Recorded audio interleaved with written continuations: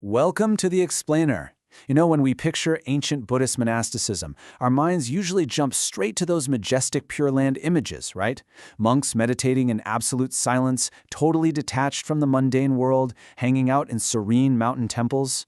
But the reality of keeping hundreds, sometimes thousands, of human beings living together in harmony is far less about mystic levitation and far more about hardcore logistics. Today, we're looking at the 10 recitations Vinaya, specifically Roll 56. And what we're going to uncover honestly surprised me, because we're looking at a surprisingly sophisticated legal and operational blueprint for community living.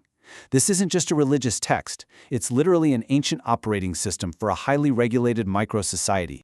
All right, let's just dive right into the agenda for today. We're going to cover 1. Entering the monastic order, 2. The monastic legal system, 3. Resolving conflicts and offenses, 4. Daily life and survival, and finally, 5. Rituals of purity. So, starting us off with Section 1, Entering the Monastic Order. Joining this community, it absolutely wasn't like just signing up for a weekend yoga retreat. The text outlines this concept of full ordination, and honestly, think of it as the ultimate, totally unforgiving background check. It was the equivalent of gaining full citizenship in a deeply interconnected, highly regulated sovereign state. Admission wasn't just handed out to anyone who felt a sudden spiritual calling. The screening process was incredibly strict to protect the integrity of the group. If an individual had a history of serious offenses, we're talking killing your parents, shedding the Buddha's blood, trying to cause a schism in the community, or if they had previously violated serious precepts while wearing the robes, they were out. Permanently barred, no second chances. It was a strict border control system designed to keep the community safe and focused. But if you cleared it, you were in, which meant submitting to a profoundly strict set of laws. Which brings us right to Section 2, the monastic legal system. Okay, so once you have a community of fully ordained citizens, how do you actually pass laws and maintain order without just having a dictator run the show? Well, we need to completely reframe a word I guarantee you've heard a million times: karma. In modern pop culture, we kind of think of karma as this mystical force of cosmic payback, right? What goes around comes around. But, and I found this so fascinating, in the context of this ancient institutional text, karma actually refers to monastic proceedings or acts. It is the strict legal framework and the actual literal voting process of the community.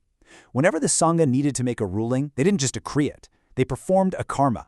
And this brilliantly illustrates the duality of their whole justice system. The text basically chunks these acts into two main buckets. On one side, you have punitive acts. These are your disciplinary actions, like driving out a problematic monk, issuing demotions, or putting someone on strict probation. But, balancing that out, you have wholesome acts. These are the positive community-building proceedings, ordaining new members, performing acts of communal confession, and distributing resources. It's the classic stick and the carrot, perfectly balanced to keep society functioning. But how did they actually vote on this stuff? They used this incredibly meticulous method called the White for Karma. Here's how it worked. First, a formal motion, called the White, is presented to the assembly. Then, the proposition is read out loud, not once, not twice, but 3 separate times. And here's the kicker. If anyone, literally anyone, objected during any of those 3 readings, the motion completely failed. Dead in water. I mean, imagine trying to get anything passed in our government today where a single objection kills the bill. No way, right?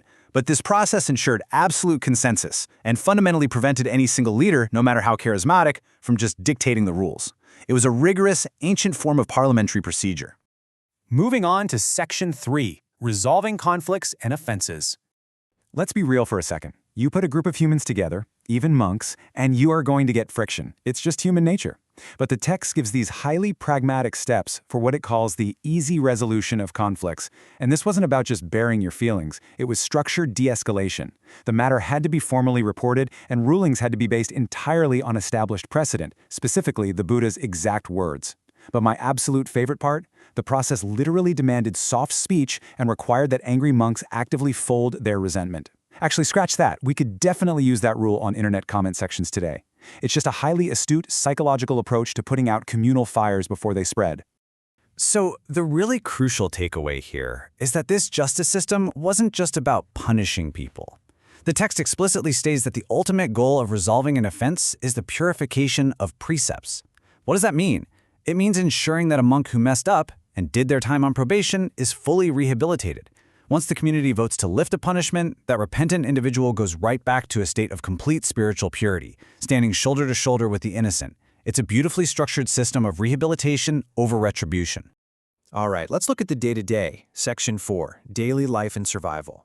How did this ancient operating system manage the messy physical world? Well, the level of micromanagement here is almost comical. In normal, peaceful times, the monks were governed by extreme bureaucratic detail to make sure they didn't get attached to material things. For example, they were permitted exactly 8 specific types of fruit juices. Pear and grape made the cut, sure. But food overall was strictly categorized. Even their dishware was regulated. You could only use iron or clay bowls. Gold, silver, glass, absolutely forbidden. The whole setup was designed to maintain a baseline of extreme aesthetic simplicity. But what happens when a real disaster strikes? Now, what's really interesting here is how things shifted during a devastating historical famine in Vaishali. Monks were literally starving to death because the strict rules said they couldn't store food or cook for themselves. They had to beg for food daily. So seeing this, the Buddha makes a massive, radical pivot. He issues emergency decrees. He says, and I quote, "From today, during such times of famine, I allow you to cook inside the monastery, cook for yourselves, and eat." These specific emergency exceptions were incredibly practical. Suddenly, monks were allowed to eat food they'd stored up. They could cook their own meals, they could eat raw tree fruits like walnuts and chestnuts, and even forage for pond items like lotus roots. This is huge. It perfectly illustrates a deeply compassionate approach to governance. It proves that even the most rigid, hardcore systems need emergency protocols built in if they want to survive. The operating system just adapted on the fly to protect the community. We also see this intense pragmatism in their economic laws. When a monk passed away, their stuff didn't just go up for grabs. It was strictly categorized. You had splittable property. These were light items like personal robes, which could be redistributed among the surviving monks. And then you had unsplittable property, the heavy, permanent stuff. We're talking the monastery land, the architecture, the actual beds. That stuff belonged to the collective forever and could never, ever be divided up. And this micromanagement went right down to their actual bodies. The rules literally dictated what kind of shoes and belts a monk could wear. No precious metals, no fancy crystal beds. But, and here is the genius part, we see a massive medical loophole. If a monk got sick, the rules bent. The text explicitly allows for specific medical tools, like nasal tubes for dispensing medicine. Nasal tubes, that is a surprisingly advanced bit of medical tech for the era. So it's this perfect, pragmatic blend. Prevent luxury, but absolutely allow for practical bodily care when someone is suffering. Finally, let's wrap up with Section 5, Rituals of Purity. So how did all these rules, exceptions, and voting systems actually culminate in regular spiritual maintenance? At the very heart of the whole shebang was the Uposatha. Every fortnight, so every 2 weeks, the entire monastic community was required to assemble together. Think of it as a mandatory bi-weekly reset button. Monks had to sit down, reflect on their actions, confess any minor slip-ups to their peers, and verbally reaffirm their commitment to the ethical code. It was the ultimate mechanism to make sure the entire community's moral compass stayed perfectly aligned. But wait, what if you were too sick to show up? Remember, the rules demanded 100% participation. Well, they came up with this really ingenious proxy system. A sick monk could formally declare their purity to another healthy monk right at their bedside. Then, that healthy proxy would go to the main assembly and officially declare the sick monk's purity to the whole Sangha on their behalf. It's such a smart workaround. It accommodated the frailties of the human body while still demanding absolute adherence to the communal law. And then there is the Pravarana. At the end of the long rainy season retreat, the monks engaged in a ceremony that required just intense, absolute vulnerability. Rather than just confessing things they already knew they did wrong, they had to sit in front of the whole community and actively ask to be criticized. They invited their peers to point out their blind spots based on anything they had seen, heard, or even just suspected. I mean, wow. It was a radical, intense exercise in destroying the ego and maintaining total communal transparency. So, when we step back and really look at the 10 recitations Vinaya, we aren't just looking at some dusty list of archaic rules. We're looking at a masterclass in human organization. We see an ancient operating system that perfectly balances strict boundaries with deep compassion, rigid voting structures with soft speech, and individual accountability with total communal support. Which leaves us with a pretty fascinating question.